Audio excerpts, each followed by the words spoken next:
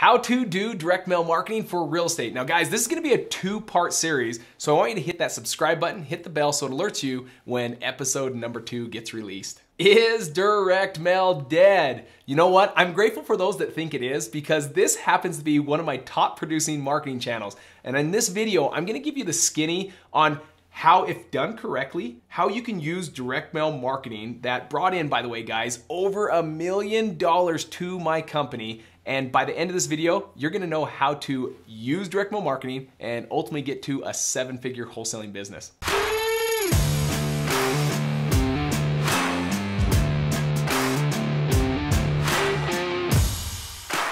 All right, guys, I'm gonna break down the 3 reasons why I love direct mail so much. In fact, this marketing channel was one that I started with. So back in 2015, when I got into wholesaling, those that are subscribed to my channel, you know I talk a lot about wholesaling, how it really is the fastest way to financial freedom with having very little money up front to start the business, right?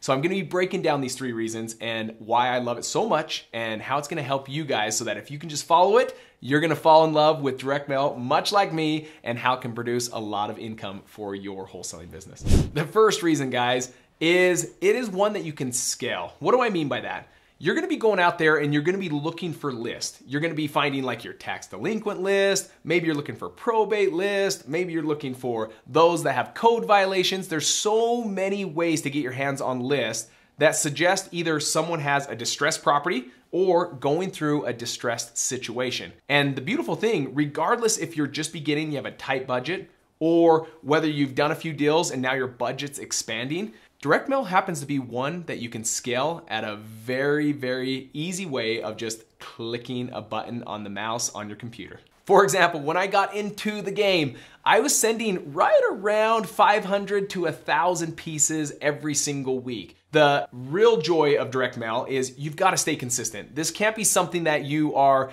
just doing it every now and again, or once a month you send out mail. This is something that has to be done consistently. This is something that when you do that, if you consistently can send out marketing, your direct mail, you're gonna consistently have conversations, you're gonna consistently go on appointments, you're gonna consistently make offers, you're gonna consistently get contracts, and ultimately consistently get paid. So it starts with marketing. If you don't consistently do that, you're not going to get the end goal of making money wholesaling real estate. Now, you can scale it, and how do you do that is when you start maybe with 500 mailers every single week, much like I did, that is something that as your budget increases, you're able to just up how many people are going to get direct mail each and every week. So instead of 500, now it's 1,000. And ultimately, guys, right now, a good number for our business, because we have other marketing channels going, we send out right around 8,000 or 9,000 mail pieces every single week. Another reason that this is so scalable is at the beginning stages, you're probably gonna be what's called a solopreneur, right? You're wearing all the hats, you're doing everything all on your own, but there's gonna be a point where you can turn over some of these activities to what's called a virtual assistant, for example, or maybe even a personal assistant that's in the office, or maybe a spouse that wants to work the business with you. But ultimately, guys, this is something that you can transfer over to someone, that you can streamline this process and show people how to do it to replace you. Now guys, although this is very important to do, it's not necessarily important for you to always be doing, to manage that direct mail, make sure mail's going out every single week. And this is a process that if you just simply either record, like screen record of your computer of the process it is to pull your list, the process it is to go into the mail company and line up your mail, or if you're doing it in-house and you're cutting the postcards and mailing them yourself, whatever the process is, make it so simple so that whoever you're gonna turn it over to, that it's broken down so granular that ultimately like an 8-year-old, a 10-year-old could follow it. And if you're doing that, you're making it where they can take this process off of your hands and allow you more time to do what's most important, and that is talking to motivated sellers. All right, guys, the second reason why I love direct mail marketing so much is that when you follow it correctly and you follow what I call the holy grail of marketing, meaning the right message to the right people at the right time. When you get this figured out, you're gonna have a consistent flow of leads, of individuals that you can have great conversations with that lead to big deals. Now guys, I want you to subscribe to my channel because I'm gonna speak more in depth because this is going to be a two-part series. In the second video, I'm gonna break down more about this right timing, the right message to the right people. So be sure to subscribe so you don't miss out on that video.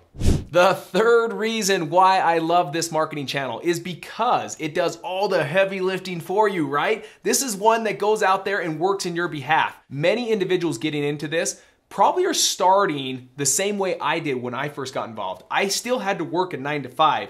And so while I was there working a 9 to 5, this goes out in your behalf and starts doing all the heavy lifting, getting your message out in front of motivated sellers so they can simply reach back out to you if they do want to sell their home. So why did I pick direct mail marketing for my first marketing channel? At the time, guys, I was working like 60 hours a week. It was like nonstop. I was doing whatever I could to sell as many insurance policies possible as I could. I would try to knock on doors. I tried to go to meetup groups. I would try to find out where investors hung out because I thought they had like all the homes and all the toys and all the nice cars and all the fancy personal homes. And so I was doing everything I could to get my hands on those policies.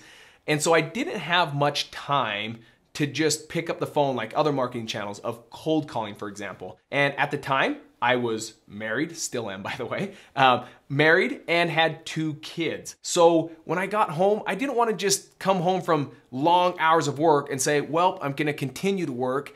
I wanted to do something that I knew would be sustainable and something that my wife could have buy-in in on what I'm doing and support me with my efforts. So I wanted to pick a marketing channel that would help me, right? Do that heavy lifting, not me always be gone, and trying for this, I wanna find my first deal and I'm willing to sacrifice my whole family to do it. I didn't wanna go that route. So direct mail ended up being a phenomenal marketing channel because it did all the work for me while I was at work.